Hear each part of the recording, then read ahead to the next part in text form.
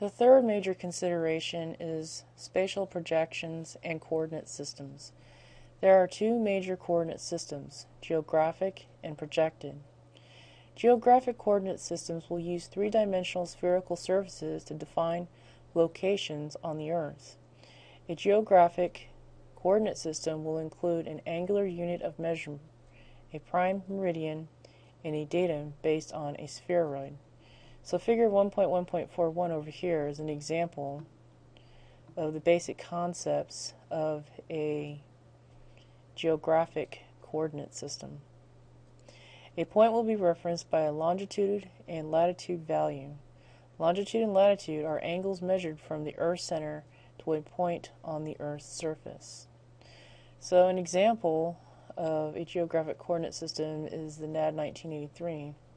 The North American datum of 1983 is based on both Earth and satellite observations using the GRS 1980 spheroid. The origin for this datum is the Earth's center of mass. And then over here on the left side, we have an example of what a projected coordinate system is. Projected coordinate system is defined on a flat, two-dimensional surface. Unlike a geographic coordinate system, a projected coordinate system has constant lengths, angles, and areas across the two dimensions. A projected coordinate system is always based on a geographic coordinate system that is based on a sphere or spheroid. Data can also come in feet or meters.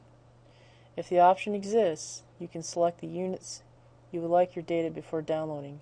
Sometimes you may not have the choice, and you'll have to reproject data from within ArcGIS. When performing analysis, all data must be in the same spatial projection. So over here, this plane is based off the sphere we see here in the center, and then it's flattened out to create that projected coordinate system.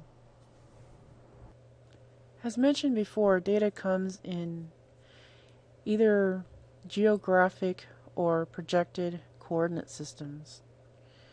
There are some cases where the data is not projected, and hopefully you won't run into too many of those cases. In this case here, we do have projected data. If I right-click on this and just take a look at its source information, we can find that it's using NAD 1983 UTM Zone 14N as a spatial reference.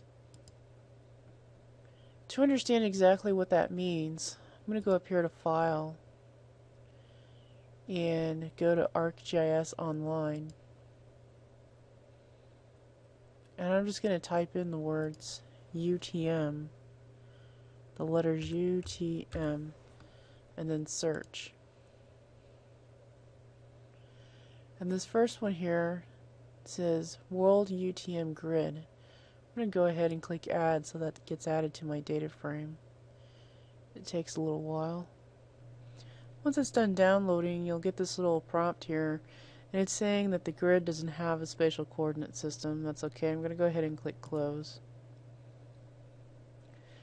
And it would appear that nothing happened, but if we zoom out, we can kind of see this little 14 in here. We can begin to see the spatial reference grid.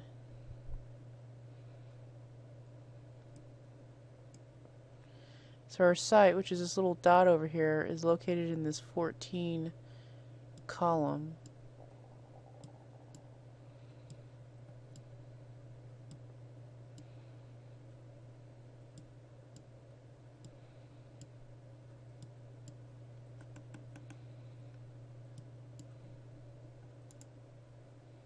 Just going to open the attribute table.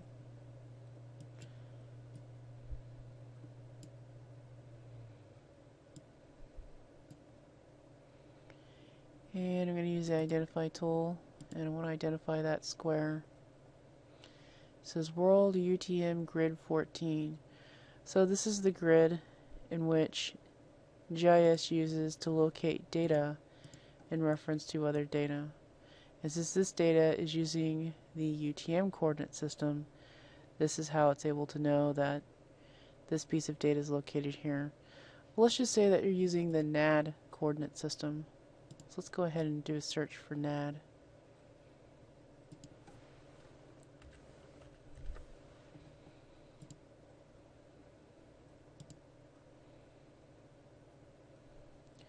And I'm going to turn off the world UTM. And we can see now that our site is located in Nebraska. So the NAD coordinate system uses state plane information. This is Kansas North State Plane, Kansas South State Plane, Nebraska has its own state plane, and this is how it's able to find data.